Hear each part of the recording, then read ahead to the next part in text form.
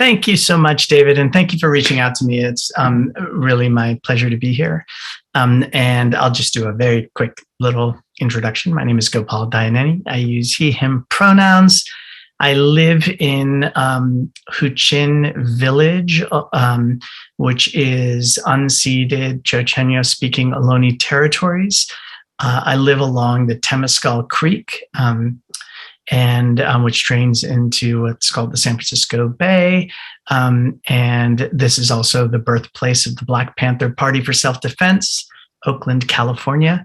I live in an intentional community with 3 other families. They're all activists and organizers. I've been living in this community my entire adult life. I have 2 teenage kids, one who's off at college and one who's in high school, and they were born and raised in this community. What else should I say about myself? Oh, and I'm a co-founder of a collective called Movement Generation Justice and Ecology Project.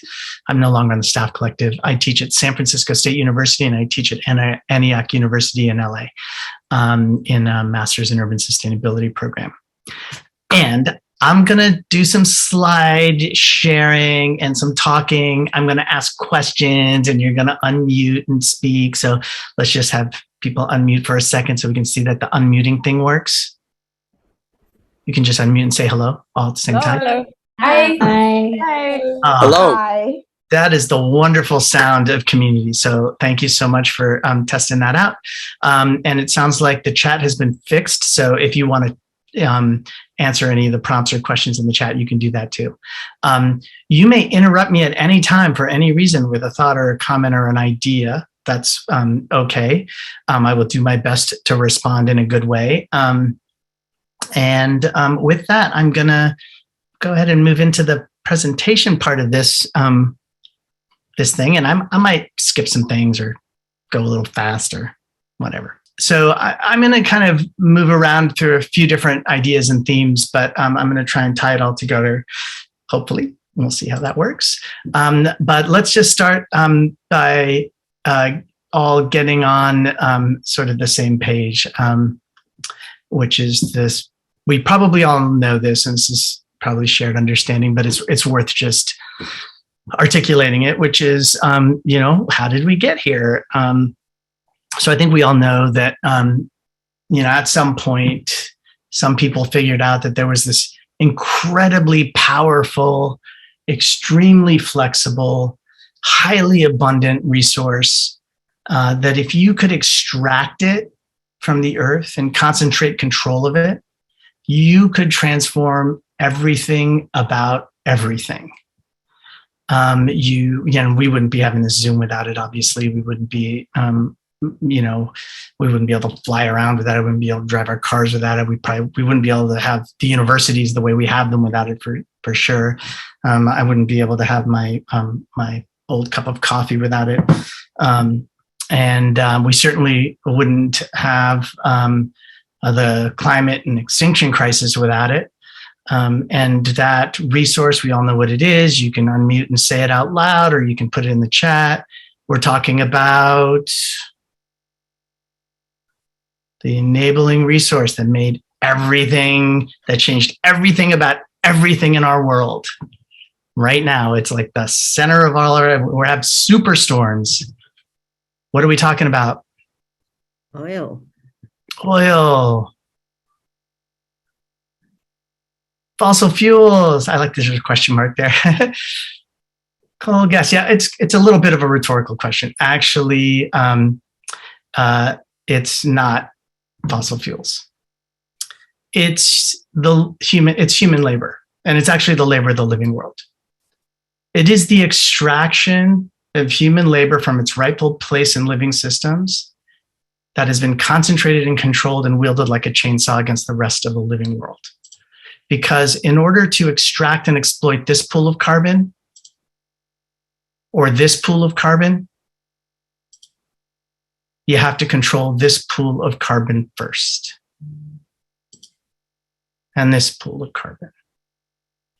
It is the control of human labor and human communities and the disposability of those communities that makes all the other forms of extraction possible. And we cannot we cannot forget the inextricable relationship between the Black and Indigenous bodies that were enslaved to terraform North America and this continent, the entire continent, including Brazil, where the vast majority of enslaved people ended up, and the war we wage every day against the microbial life in the soil through industrial agriculture, which isn't even agriculture at all. It's mining for calories. And I say this because when we think that the root cause of the crisis is the emission of greenhouse gases, we misunderstand the scale, pace, implications, and root causes of the crisis. It is in fact the case that atmospheric CO2 is the emergent consequence of a whole different problem, which is screwing up communities and ecosystems everywhere on the planet at once. So this is the starting point from which my work, my organizing, my teaching, everything stems. That it's actually fundamentally about the exploitation of the labor of the living world. And in fact, all wealth is generated through the work of the living world. I want to make something very clear. When I say labor or work, I am not talking about it in the way that we often hear about it in the dominant culture. This idea of labor is just like your productivity in an industrial economy. I'm actually talking about work in the very fundamental sense. We take energy from the sun, we convert it into power to do work. I ask my students who controls the means of production on planet Earth, and they're like, the capitalists. And I'm like, no, the photosynthesizing organisms. And so we're just all downstream from that, right? So we take energy from the sun, we convert it into power to do work. And from that perspective, I don't distinguish between the beating of a heart, the singing of a song, the hugging of a child, the building of a building, the planting of a seed. It's all work. And it is the labor of the living world that creates all value to us in any kind of economy at all. So I've already used the word economy and I've already used the word ecology. So I'm going to move into that really quick. I'm going to also, can't see my clock. I'm like one of those people who's, not very good with timekeeping. Okay. I've said ecology, I've said economy. So I want to break down that word a little bit. Folks might know this already. Anybody know what the little eco and ecology, economy, ecosystem, all those words have a common root? Anybody know what that little word means? Anybody heard it? I know I already gave you like a trick question, so now nobody wants to answer any questions, but yeah, thank you, Lori. Home, yeah, it comes from the Greek oikos, which means home or household. So anybody know what the word system means? I'm just going to do a couple of these. Anybody know what the word system comes from? It also comes from the Greek systema. It's one of those words we've inherited from that. Anybody have a guess about that? Or oh, come on. Give me a guess. Your best guess. What is an ecosystem? Oh, it's going to take a long time if we don't get some guesses in here. Connections. I'm going to take that because it actually means togetherness or relationship. It means together with. So an ecosystem is really the relationships of home. It is not a catalog of all the living and non-living things in a place. That's an object-based way of thinking about it. It is, in fact, the complex of relationships. It is the relationship which is the unit of inquiry in ecosystems. And an ecosystem can be as small as a drop of water or as large as the planet. It just depends on where you draw the boundaries of home. And there's another word that we all are familiar with, which is economy. When I say economy, and people can put these in the chat, when I say economy, what are the words that come to your mind? Like, what are the things that come up for you when I say economy? Oh, environment. Money. What else? Oh, a lot of money.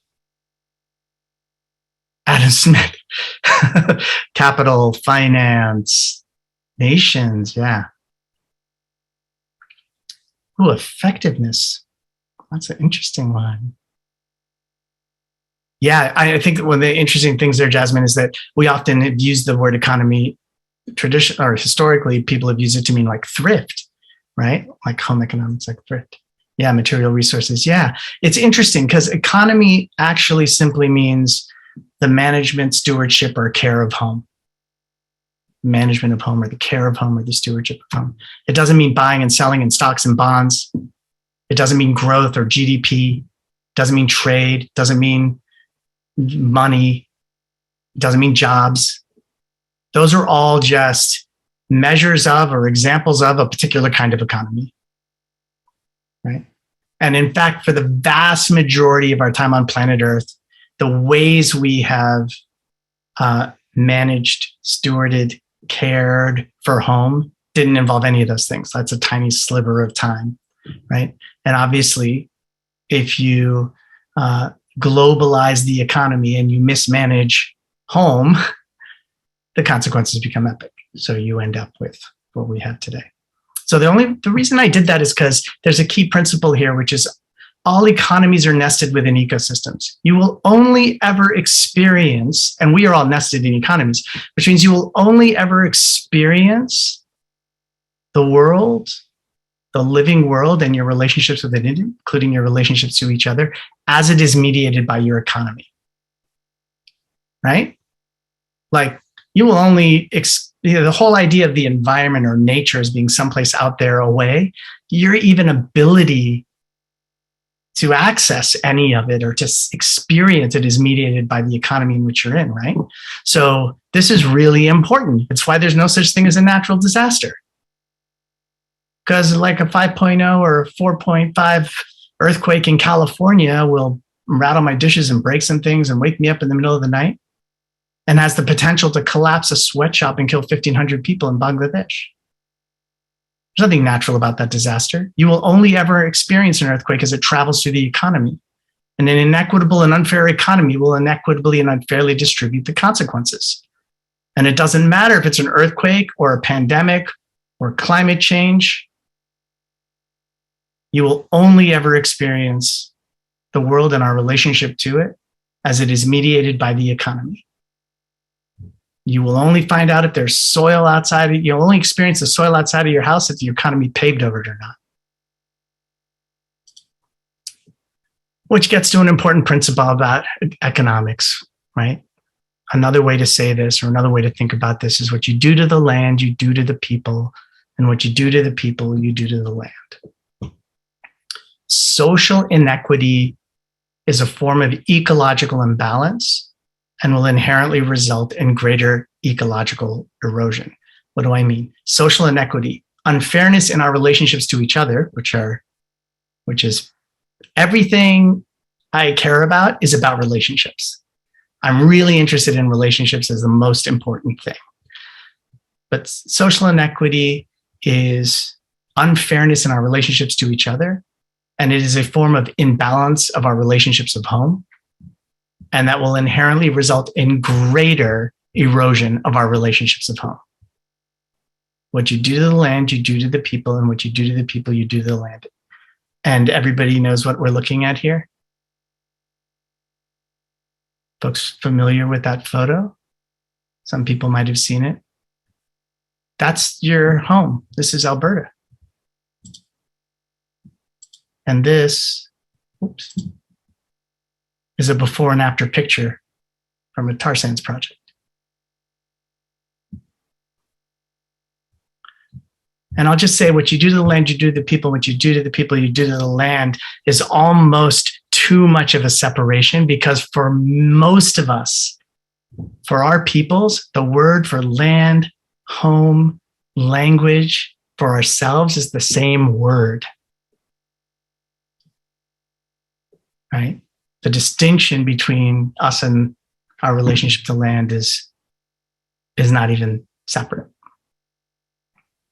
Okay, so I want to note there's this idea, there's another really important principle here about economies being nested in ecosystems, like all economies have an ecological basis, which is this idea that you cannot extract from a finite system faster than its capacity to regenerate and get away with it. You can't. And there's a really excellent book on this subject. I assign it to all my students, including my grad students, when I teach ecological systems thinking. And I encourage everybody to check it out if you haven't already. It's probably one of the clearest articulations of this principle. It's called The Lorax by Dr. Seuss. It was written in 1971. And people think it's like about, not chopping down trees. It's actually about this fundamental principle of nested systems and finite systems. If your economy is based on selling needs and you chop down the truffula trees faster than they can grow back, your economy will collapse. And you may be able to insulate yourself from the impacts for a while the brown barbeloots flee and the swoomy swans get crummies in their tummies. But in the end, your economy will collapse. Unless you can find endless new frontiers of extractivism. Which is why an extractive economy inherently requires colonialism, militarism, and globalism or globalization, because you are constantly seeking out endless new frontiers of extractivism. I promise I'm going to have lots of happy things to say, the positive parts. So I wanted to start here because at first I wanted to make sure everybody understood where I was coming from. Like my foundational thing here. And I teach, and part of the talk here is about like universities and education and how we do our work. And I wanted to just uplift, like I teach climate and I teach climate science and I teach, biodiversity in addition to social justice and economy and all the politics stuff in my teaching. But my issue with the way we teach climate, and you can like raise your hand or put in the chat if you're one of those people teaches climate or teaches in the scientific disciplines around climate. One of my issues is that we tend to teach the science as separate from all of the other aspects of what's happening. When in fact, we have an opportunity, like if we're going to teach about climate, we should be teaching about economy, about social justice, about relationships, about knowledge systems, because all of it is interacting and all of it is intertwined. And it's not hard to do. So I'm going to give a couple of quick examples of how I do that. I'm going to go through these really quickly. And then I'm going to do one with us together. So for example, feedbacks. If you're a person who teaches climate science, and teach about climate change and climate disruption, I prefer to say climate disruption instead of climate change. Then you probably teach feedbacks and how positive feedbacks, which are not really good, self-reinforcing feedbacks work, amplifying changes, blah, blah, blah. One of the most common ones we use is the melting of the Arctic, the loss of sea ice extent in the Arctic. I'm not going to show the video. And then often we'll talk, and then we'll stop there. We'll talk about, we'll explain what self-reinforcing or positive feedbacks are, feedbacks that create more of the same change. And we might teach about balancing feedbacks that correct or mitigate for the change. But we could, and we should also teach the ways in which indigenous lifeways are in fact balancing feedbacks. That reciprocal, responsible, reverential, reflective relationship to place is itself a form of balancing feedback in our economic activity. So this is an example just from where I'm from here in what's called California, where indigenous practices around fire tending and forest tending through fire, the wild tending and the use of fire is part of the balancing feedback of our ecology. But without that, and with fire suppression and all of that, sorry. The dog hasn't eaten dinner, right? It's real life family moment. The dog has not eaten dinner. Sorry. My office is also my bedroom. Sorry. It's one of those fun moments. A little Zoom moment there. So this idea of like, there's so much talk about the Anthropocene and how humans are, the problem, which of course is not accurate. It's a tiny sliver of humanity over a very tiny sliver of time. When in fact, we have been and can be a keystone species of ecological restoration and balance by the very way in which we engage with the care of home. This is another example from the Arctic. People who teach climate might teach about tipping points. And this is another great opportunity. We can talk about all the different tipping events, those points of no return in living systems. So I teach tipping points all the time. And I always like to do it by starting with a cup of beans. This is my cup of garbanzo beans. And I'm not going to do it right now, but I put it on the table. I might put it like on the table. And then I'll have my students tell me like when to stop pushing and tipping the beans over. And I egg them on to find the edge of where you can tip. And then of course it spills. And then we explain that even if you take off the pressure, the change will continue to happen and accelerate over time until it finds a new state of balance. That's basically how tipping points work. So like nice little fun physical activity to show how it works. Then I talk about climate tipping points, right? And I'll talk through all the different ones. Amazon rainforest is a good one. What percentage of the rainforest can we lose to burning and deforestation before we find ourselves at a point in which it will continue to change until it finds a new state of balance. It becomes a carbon source instead of a carbon sink, for example. Then I do the activity again. And this time I want to show you a little video. This is my second child, Cubby. It's only a minute long, so don't worry. Then I'll do it again, but this time I won't use a cup of beans. I'll use a cup of water. Okay, so I made a little video of this during lunch because my volunteers were leaving. But we're going to do the exercise again, but this time we're going to do it with a cup of water. And this is my second child, Cubby. And Cubby is we're going to do the same thing again, but this time Cubby is going to be in control of when I stop tipping the cup. And the cup is going to be a cup of water. There you go, Cubby. So Cubby is in control of how much I push the cup, but we're going to see how close we can get to the tipping point. Okay, Cubby, you ready? I'm going to start pushing the cup. You tell me when to stop, and I'll stop as soon as you say stop, okay? Let's see. Stop. Okay, come on, Cubby. We could probably push it a little further than that. I mean, come on, we're nowhere near the tipping point. Let's try again. Tell me when to stop. Stop. Okay. All right, Cubby. Thank you so much. We're gonna now spend a little bit of time talking about why Cubby reacted the way he did. And so, why does Cubby react the way he does? Because he has to live with the consequences. He doesn't want to get wet. And this is the opportunity to point out that if you are a climate scientist and you are only thinking about the climate crisis from a planetary scale, you're talking about what percentage of the Amazon we lose before we have runaway climate disruption. But if you are an indigenous person in the Amazon, the very first bulldozer that takes out the very first tree to put in the very first road for the very first exploratory oil well will potentially transform everything about your way of life and your balanced relationship to living systems. The tipping point for you is an entirely different tipping point than the tipping point for imagining the crisis only at the planetary scale.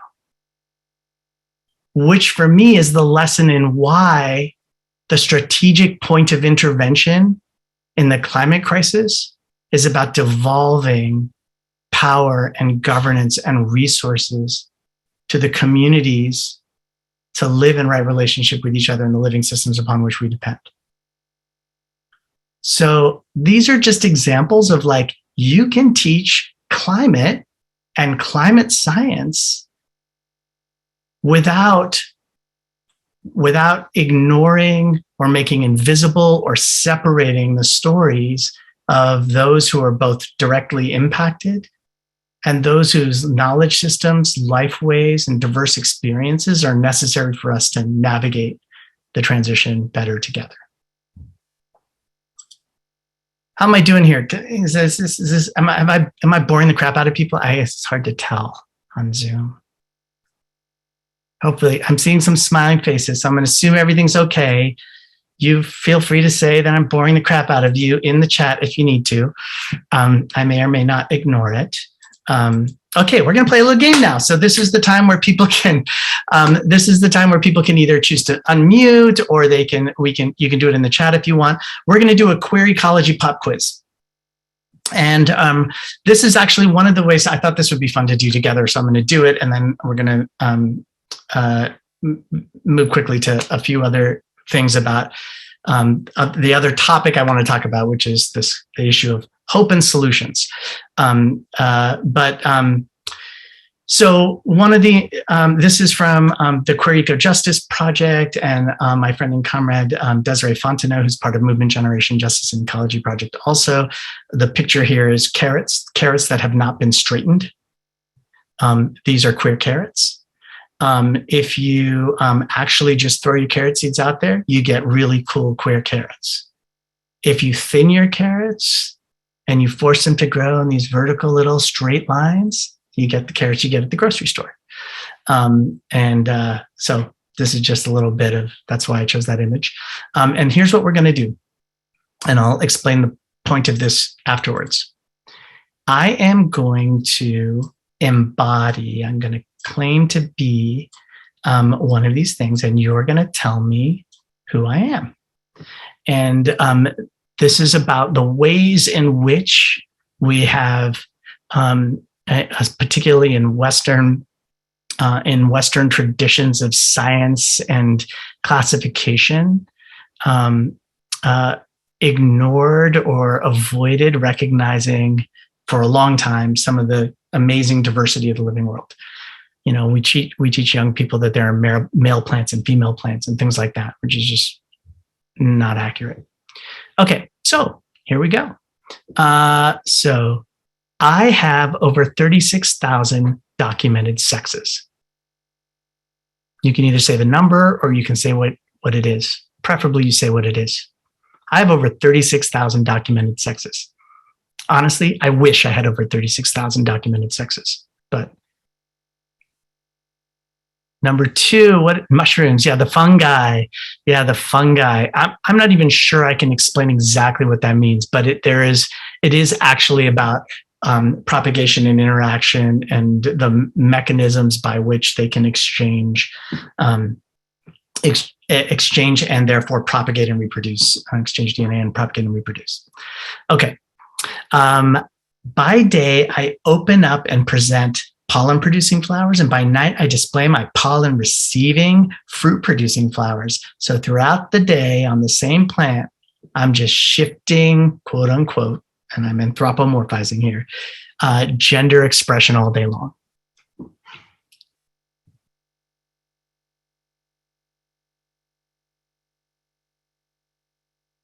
Come on, peoples. Yeah, all right. The avocado. That's right. And the avocado isn't the only plant or fruit that does that.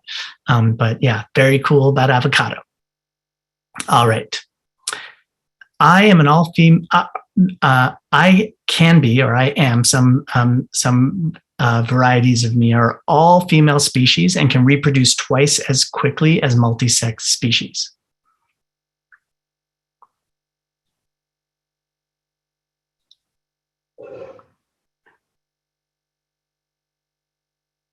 Who got number 5? Who said number 5? Anybody know what number 5 is? Okay, this is the funny thing of whoever guessed clownfish, because everybody always likes to guess clownfish, and then somebody always writes Nemo. So appreciate that. But whoever said 5 is correct. It's the gecko, and it is. And this, again, all of these things can be true for lots of different things, and so there might be some overlapping stuff as well. I'm just doing this for fun. I'm going to go through these quickly now. Okay. I am a micro animal that can produce sexually or asexually, depending on what's most strategic. I am already the toughest animal on earth, able to survive extreme conditions. I've also been known to survive in space. Okay, somebody needs to tell me what, a lot of people are guessing 10. Somebody needs to name it. Tardigrade. Thank you, Sophia. The tardigrade, yeah. The tardigrade is a microanimal and is one of the most, they can dehydrate and survive for extended periods of time and then rehydrate. It's quite amazing. Okay. We have both quote unquote masculine and quote unquote feminine reproductive parts. And when we sexually reproduce, we exchange both sperm and lay eggs. So we're exchanging both and yeah, look at that. The leopard slug. Thank you, Jasmine. Just jumping right in there. All right. I'm sorry I can't throw chocolate at you as a prize for getting these. Okay, I'm just do a couple more. I have a few more. It's getting easier.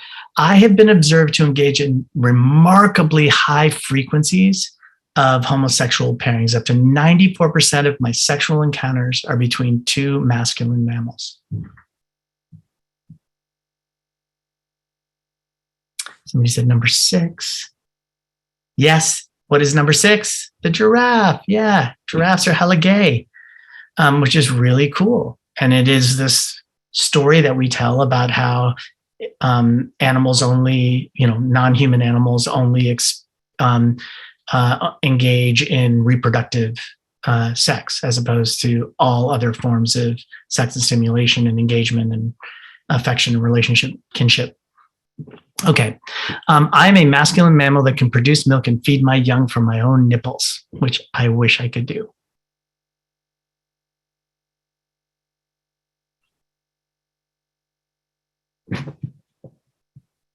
Somebody said number 3. Yep, the Dyak fruit bat. We raise our young in communities of up to 6 other mothers. We may even suckle each other's young. We're generally not sexual partners, but we do co-parent.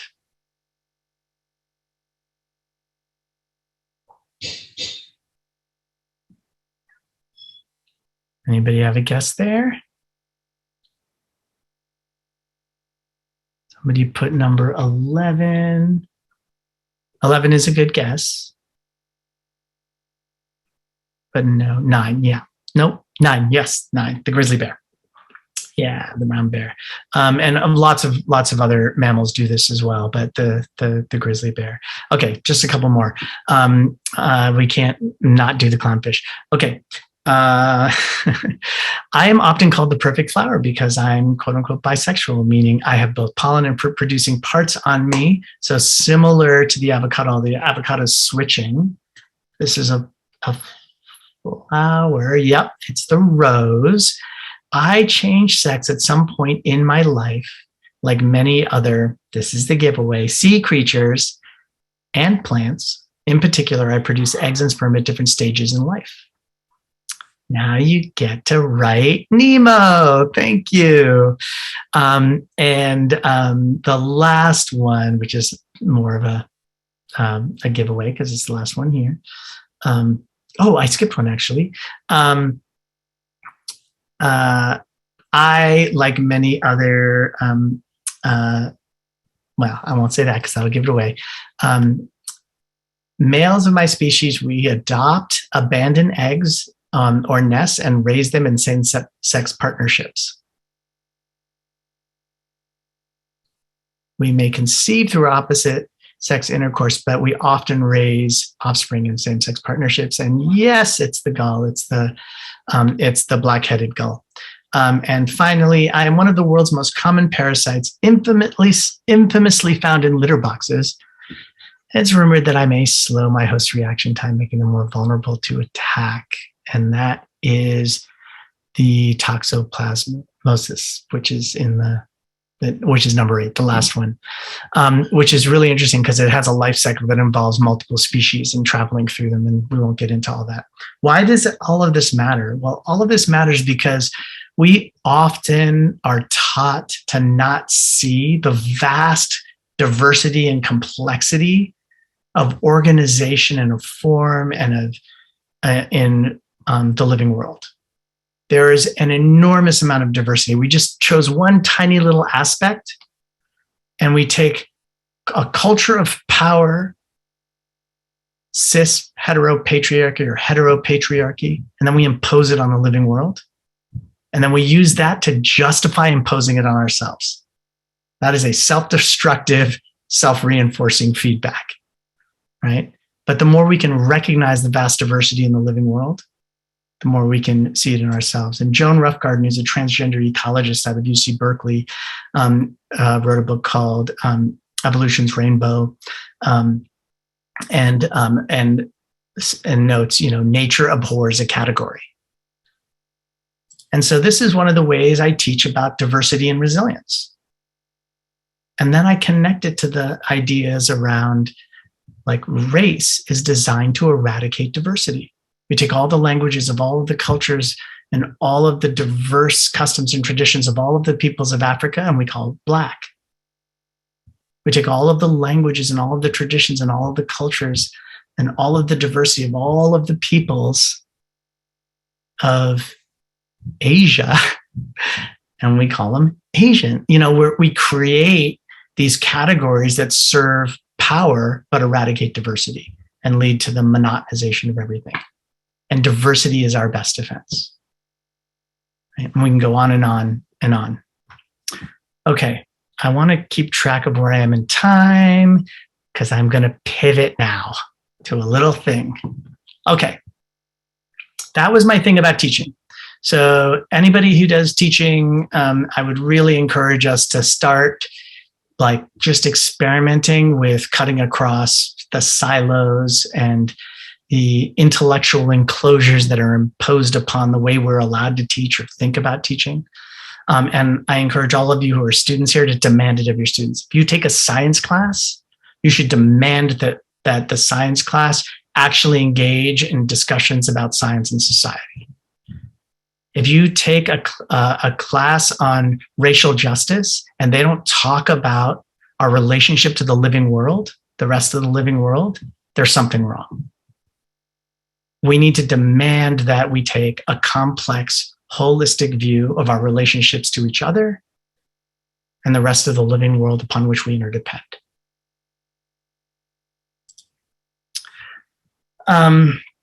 I mentioned intellectual enclosures, and I want to talk about enclosure and entitlement really quickly. And look, it's the Queen. I apologize if anybody is, feeling some kind of way about the Queen, but I'm not.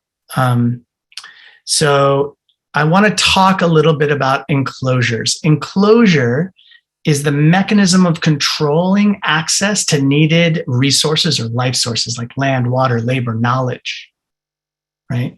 And enclosures are predicated on entitlement. So let's just be first clear that enclosures are an infringement upon a pre-existing condition called the commons, which I'm going to talk about in a second, and that's where I want to go. Enclosures are based on entitlement. And the reason I have the Queen here is because that's what I'm talking about. Like, somebody gives you a title, like you're a duke or an earl or whatever, and then suddenly you get to put a hedge around what was once the commons and seize control of it. And then you get to control who has access and under what terms and conditions. And we've expanded enclosures to all different domains of our lives. And the university is nothing but an intellectual enclosure. In fact, my friend and comrade Tiny Garcia talks about the byline real estate, the idea of authorship as a kind of enclosure, which I find really powerful because we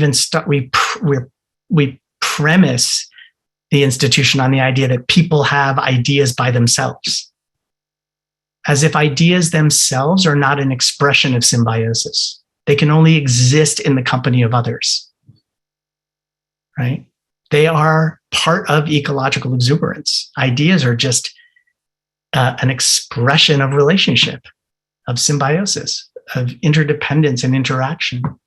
If you've ever been hangry, you know that the way you think is determined by your gut culture demanding nutrition. So nobody has a thought by themselves, right?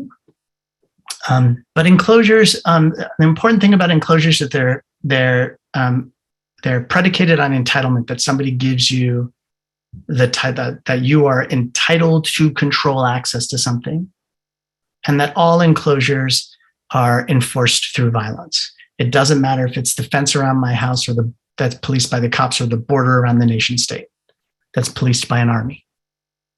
All enclosures demand violence.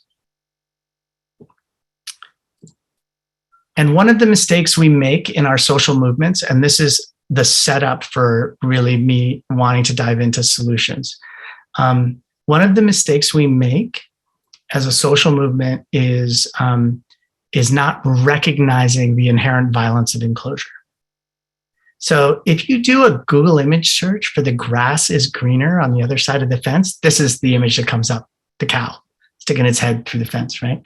And it's that idea that the cow is like on the outside of the fence and really wants to get access to the little grass on the inside. And then, the farmer comes out and kind of opens up the gate and lets the cow in, closes the gate. Now the cow is happily munching on the fresh green grass that's now on the inside of the enclosure, all the while waiting to become beef. Access to that which is enclosed is not the same thing as our liberation. The enclosure of land, right, and housing, for example, land which was once commons, now enclosed as private property, you get access to it by paying rent, and then you're inside and you have housing or you have access to land, but you are now being extracted from in the form of that rent. You are just a resource on the inside of the enclosure. And we often make the mistake of thinking giving people access to that which has been access to the enclosure is the same thing as getting rid of the enclosure. And it is not. It is not. Simply giving people access to the university isn't the same thing as upending the intellectual enclosures that the university is constantly propagating and perpetuating, right? It's just simply bringing people inside of the enclosure. It's not eliminating the enclosure at all. It's how we think about different ways of organizing knowledge production, knowledge sharing, land tenure, and land relationships that is the antithesis of enclosure. And that is what commons is. It is the pre-existing condition that was infringed upon through enclosure. And commons are predicated on cooperation and consent. So it's a form of governance of resources upon which we all depend in ways that sustain them over time and that ensure equitable access without degrading it. And commons are complicated. It's a complicated form of governance, but it works and it's very diverse and it's existed for a really long time all over the world and continues to exist today. And I raise it because for me, commons, consent, and cooperation are three really important ingredients of how we think about solutions. So a couple of the examples I just put here is like the acequia system in New Mexico in the United States is an inherited form of commoning of water, for example. And people might know Nobel Prize winning economist Eleanor Ostrom, who is now an ancestor, but who was the first woman to get the Nobel Prize in economics for actually writing about the commons and demonstrating how commoning works all over the planet and upending this sort of tragedy of the commons thesis that Garrett Hardin put forward, who was a self-avowed Western chauvinist and white supremacist. And the other image here is people-powered solar, which is a community clean energy cooperative in my community. And so that's the bridge. The last thing I want to talk about, I'm going to shut up, which is this whole thing about hope. And whenever we talk about the climate crisis, we talk about it in such big ways and such we talk about the planetary scale and we talk about time horizons and the and I'm not saying there's not urgency, but the way we talk about urgency enables desperation, and desperation enables false solutions. So people are always asking me, where do you find hope? What makes you hopeful? And I don't actually peddle in the discourse of hope. I'm not interested in hope. I find that we generally talk about hope because we're either like pushing things off to the future generation, saying, "Oh, I'm so hopeful that the next generation will solve the problem," as if instead of taking responsibility for the conditions that we're in and the things that we've created. I feel like hope is generally, in my experience, a way of abdicating responsibility for the things that we're in. Instead, I'm constantly looking for the daily reminders that we have the capacity to, and in fact, we are in fact transforming our relationships to each other and the world around us through organizing and through communities of practice. I often point out that grassroots organizing, community-based organizing, has kept more industrial carbon out of the atmosphere than any state, federal, or international climate policy. People are shutting down coal-fired power plants all the time. A mass waste incinerator hasn't been built in the United States in decades. Like, people are organizing. In fact, Indigenous Environmental Network put out a report this last year saying that they've kept they've kept the equivalent of 25% of Canada and the United States emissions increases from happening just through Indigenous resistance to fossil fuel infrastructure. So if we want, the only thing that competes with grassroots organizing, quite frankly, is the recession and the pandemic in terms of curbing emissions. And it's because communities on the front lines are getting organized. So for me, it's about looking for those expressions of commoning that are everywhere around us. An expression that we use at Movement Generation: what we feed grows, or what the hands do, the heart learns. If all we do is fight against what we don't want, we will learn to love the fight. And we'll have nothing left for our vision but longing, and longing isn't good enough. You got to get organized with folks in your community to live into the world you know you need. And so it's about community self-governance. It's about communities doing rights of nature ordinances and community bill of rights organizing, and creating time banks and cooperative shares. It's about the disaster collectivism and just recovery. It's about mutual aid, right? After Superstorm Sandy in New York, that the U.S. Department of Homeland Security had to write a report about how effective Occupy Sandy's direct action relief efforts were and how dangerous that is. Our ability to self-govern is really the thing that we should be aiming for through every aspect of our lives. For me, that is the climate solutions.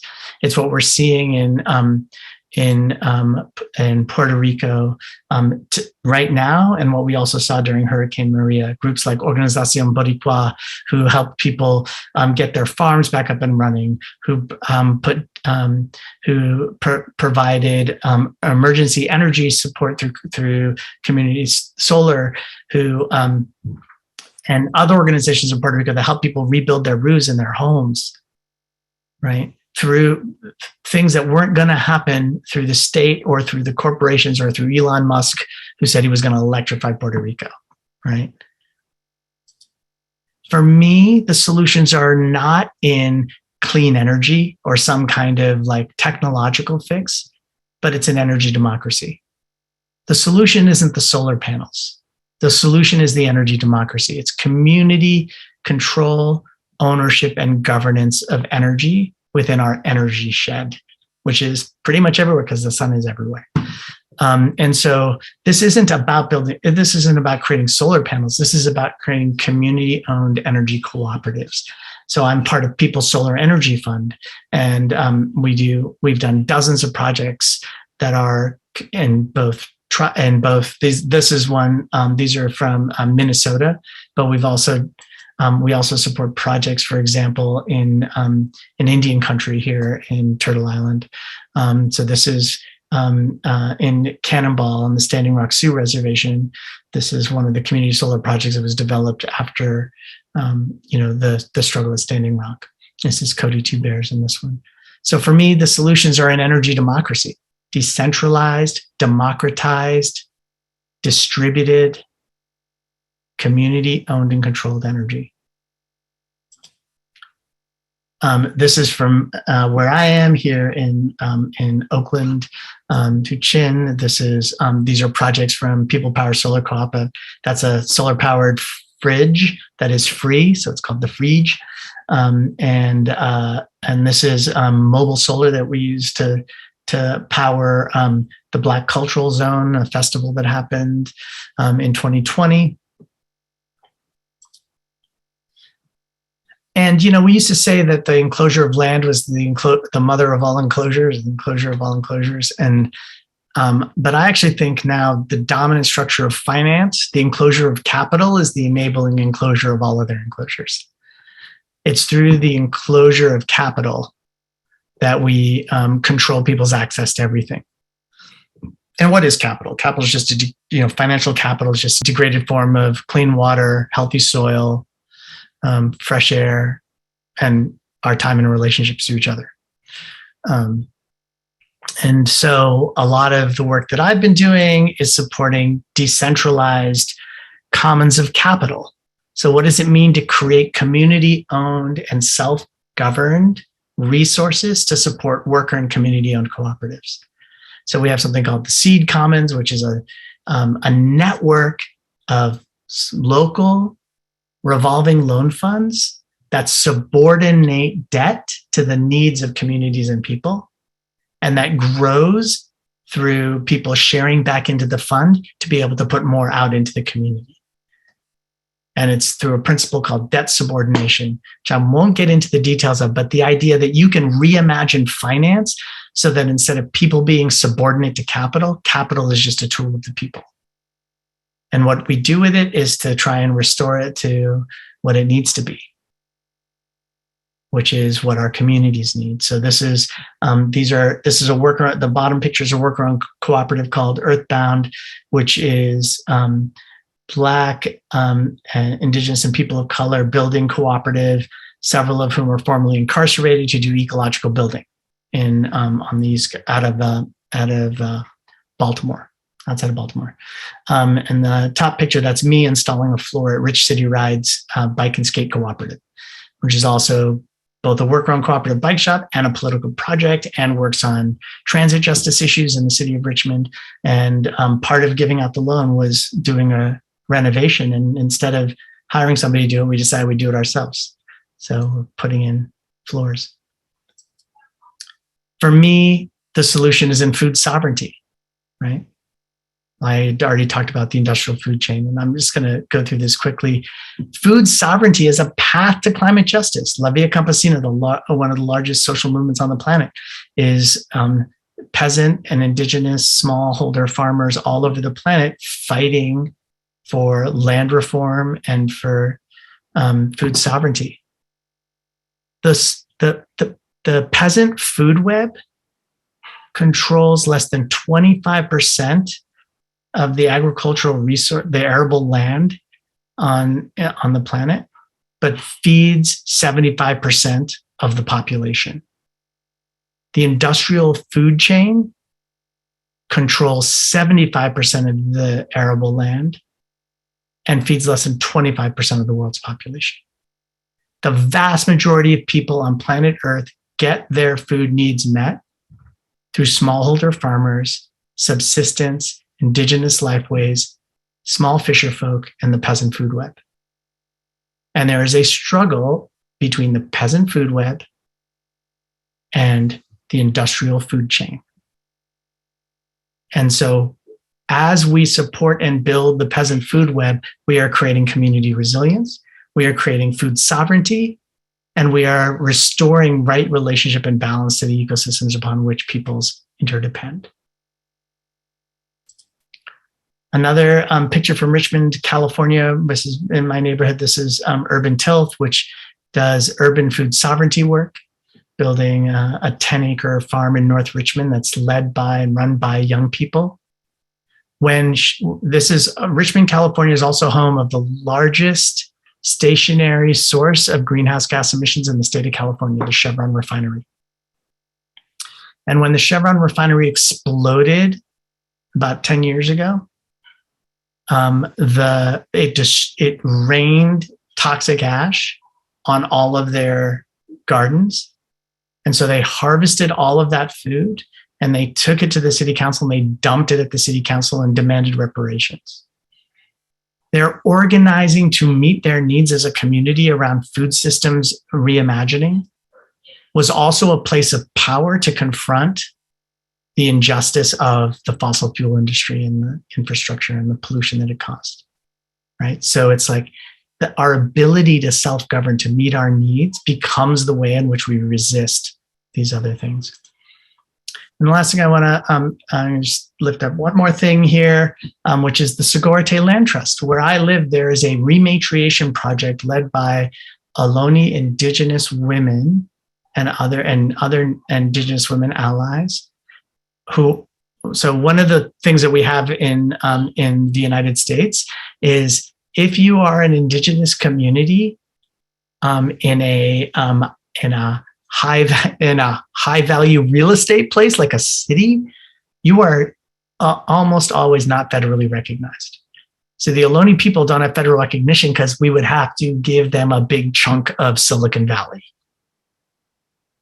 right? And so instead, they're building this land trust in which they're bringing land and that people can actually support them in building a new land base to rematriate land into the community.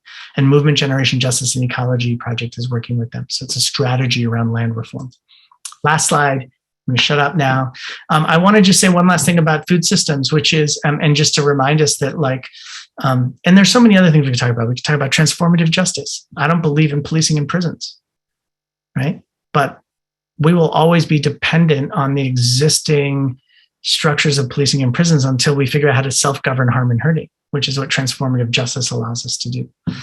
But this is, I just want to land on a little story, which is that there's a narrative in the United States about how we have been going through a generational loss of farmers.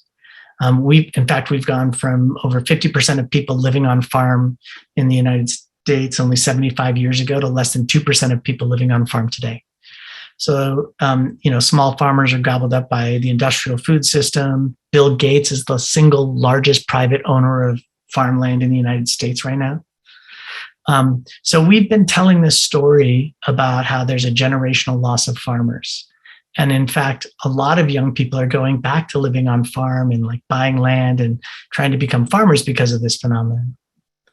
But I would actually argue that we do not have a generational loss of farmers. We actually have all the farmers we need. Because they do not control the land they work, we call them farm workers. If they controlled the land they worked, we would call them farmers. And the issue is not that we need farmers. The issue is that we need land reform. We need to end the enclosure of land and build new commons of land. And there are examples of this happening all across North America and all across the world. We have a great farm in outside of Bellingham, Washington, that's Latin American indigenous farm workers who are now running their own cooperative farm. I will stop talking. Thank you so much, Gopal. There was tons in there that people may want to respond to or push back at or whatever they want to do. So on the one hand, you can use the chat. So if you have a question or a comment, feel free to type it into the chat and Gopal can pick up on those. Or if you want to speak it aloud, I'd ask you to be brief. We've got about 19 minutes left. Hi, Gopal. Thank you for such a lovely and thought-provoking presentation. There's a lot I would love to be able to chat with, but in my remaining 40 seconds, I want to come back to this word hope. And I want to maybe invite more of a dialogue on how we interpret hope and its value. And I think I have a very different interpretation than you do. Yeah. And I differentiate hope from optimism. Optimism, I think, leads to complacency, this idea that everything will be fine. I don't have to get off of the couch because it'll work itself out. But hope gets me out of bed in the morning. And hope is what keeps me going despite, really low probabilities of success. And I think hope is important. And so I'd love to hear your reaction to that, to maybe rethinking about hope, and if there's another term for what keeps us going. Maybe it's love rather than hope. But I think both of those things kind of go together. So I'll stop there. Yeah, I think I'll just say very, very quickly, and then we can take another question. But first, I know we use the word in lots of different ways. So in some ways, it was a rhetorical device. But I think you said something that I think is at the heart of where we might differ, which is you said, I have hope even if the odds and probability are really low. And I just have a different read on the reality. I have some people talk about the audacity of hope. I have the audacity of certainty. At some point, we are going to look up and look around and be like, holy shit, if we don't take care of each other, we're all going to fucking die. And the sooner we do that, and the better we get organized right now, the better equipped we are to navigate those changes. And I think the way we talk about climate is to tend to talk about it as if the consequences are as they are, as we describe them today, is the only way they can be experienced. And everything we do to change our relationships, to build greater equity in how we move through the world, will change how we experience the inevitable consequences. And so for me, I have a very high degree of certainty that everything I see around me tells me that I'm not filled with dread in the way that a lot of people are, that requires the particular kind of hope that I'm talking about to get through the day. The kind of hope that means vision, the kind of hope that means love, the kind of hope that means, that means valuing each other, that I'm all for. And I appreciate you bringing love into the equation because, as Cornel West says, justice is what love looks like in public. How are the students in the universities where you teach involved in political and ecological activism? So I'll just say very quickly, there's lots of student organizations, there's ways of getting engaged. Almost every faculty member I know that I work with requires students to do community engagement projects. I actually am designing a capstone course for the climate certificate program at San Francisco State that will require students to do an applied project in the community with communities. In the master's program I teach in, we have a really high rate of people ending up getting employment in organizations in the community because we make them do fieldwork projects and they work really hard. And then people are like, ooh, we want you. So part of it is how we structure it into our teaching. If we think teaching is about giving people information, we're failing. If we think teaching is about engaging people in their own knowledge production out in the world with other people, then we're getting somewhere, I think. Yeah, I've also thought about the word hope a lot, and I also don't like it. But what I like to use instead actually is faith, for very similar reasons. I think that faith, we get very scared of the word, but because of its association with past experiences with religion, perhaps. But I think that there's a lot of vulnerability and reciprocity that kind of are associated with that. But anyways, that's an opinion and not a question. So I actually did have a language-based question, though. I wanted to ask you more why you don't like the term climate change and why you prefer climate disruption. Yeah, thank you. That's a pretty quick one. I prefer climate disruption because it actually allows us to say that it is actively being disrupted. It's not just passively changing, like change is constant in the world. Climate disruption is about the impact of a particular political economy on on the climate. I actually don't like climate at all. I don't like to talk about climate because I think it tends to make our gaze look up at the atmosphere as opposed to down at the economy. And I actually like health. Health is a much more elastic frame. You can talk about a healthy child, a healthy family, a healthy community, a healthy ecology, and health and well-being as a foundation for me is more important. My friend Martha Dina Arguello, who's with Physicians for Social Responsibility, she reminds us that greenhouse gas emissions like CO2 is the co-pollutant. It's not the pollutant you're trying to control for. It's the co-pollutant. If you actually decided if we decided we were going to eliminate childhood asthma, we would cut the greenhouse gas emissions. So, and for whom is the existential threat atmospheric concentrations of CO2? And for whom is the existential threat police violence? For whom is so for me, it's about connecting all those. And of course, for many people, the existential threat is climate disruption, but usually in the form of these more acute impacts like the polluting facility next to your house or the pipeline that's going to run through your territories. Why don't we go to Sophia next, and then there's a bit in chat as well. If you want to unmute and go ahead, Sophia. Hi, Gopal. I really appreciate your whole talk. You touched on things that I had in my classes today. I'm in an interdisciplinary PhD program about sustainable agriculture, and I had a question. How do you make people around you in academia take interdisciplinary things seriously?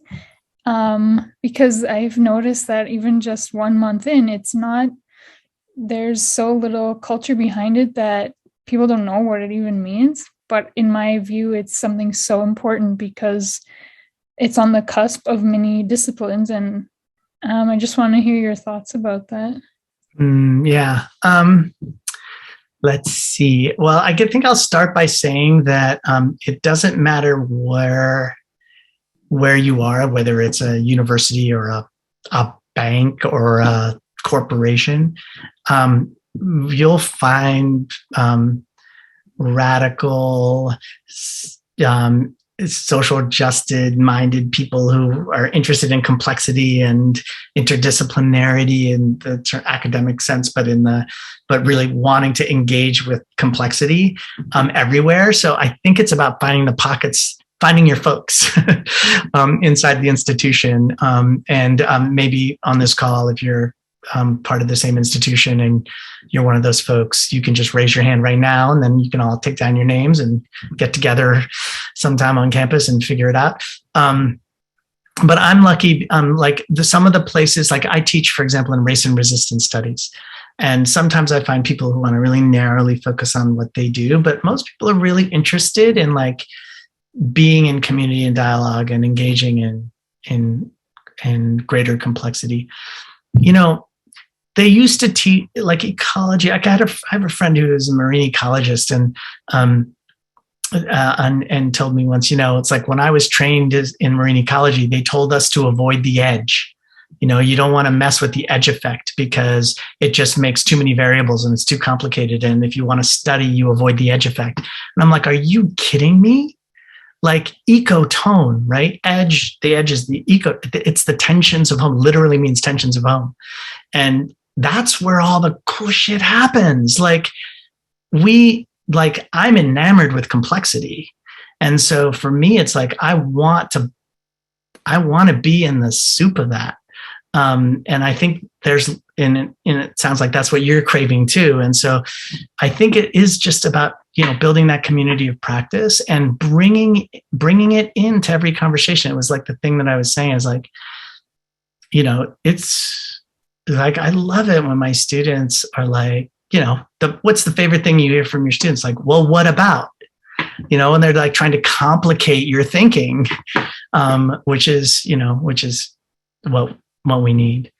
And, we have to push back against the institutional constraints that say everybody has to, there has to be a lead author and, that you have everything has to fit in these buckets. And it's like, finding ways to provoke a crisis around those things is what, I'm interested in. What does a quote unquote crisis of jurisdiction look like, where people are doing right action in a way that forces the institution to confront the illegitimacy of its stupid rules?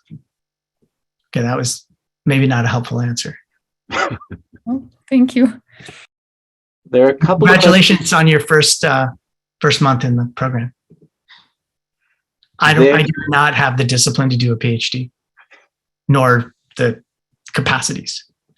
Real life question: how do you turn high social capital in a community group to autonomy when local government control? Yeah, that's a great question. So one of the things, so one thing I'll say is that there's a resource, and I think David can share it with folks on the list, which is from Movement Generation. It's a little booklet we wrote called From Banks and Tanks to Cooperation and Caring. And it's about a sort of theory and set of strategies around just transition, and using a broader frame of just transition than just transitioning workers from polluting facilities to clean facilities. And I bring this up because one of the key things is we do need to intervene in existing structures of governance. The question is to what end? And to what end that I want to bring forward is this idea of how do we devolve resources and power down to the level of communities? And that's not because we think that will always lead to the right answer. It's because that changes the landscape of struggle from in the United States, at least from federal or state, and to the level of the community where we are actually everywhere all the time, and can get organized. So for me, there is a role for us in intervening in public finance. For example, here in Oakland, we're organizing towards a public bank, towards participatory budgeting, towards systems within the existing structures of governance that actually build power in community. So that's one thing. And then the big other thing is, and this whole thing that I was mentioning about commons of capital,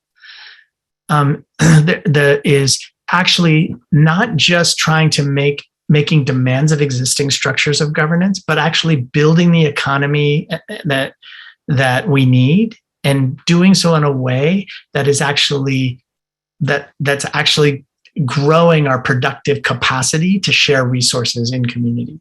So it's like the economy is the mechanism by which we self-govern. I do this with my students all the time. I'm like, raise your hand if you believe housing is a human right. Everybody raises their hand. And I say, raise your hand if you believe the rent is too damn high. Everybody raises their hand, right? Raise your hand if you pay your rent. Everybody raises their hand. People do not pay their rent primarily because they consent to it, meaning they, in the Gramscian sense, that they believe it's legitimate. And they do not primarily pay their rent because of coercive power. It's not the consent theory of power, and it's not coercive power. They don't primarily pay their rent because they're worried about the cops or the sheriff coming. They pay their rent because they have no other way to get their housing needs met. And until we as a social movement are addressing that problem, people will constantly be dependent on the existing structures of corporate power and governance and enclosure.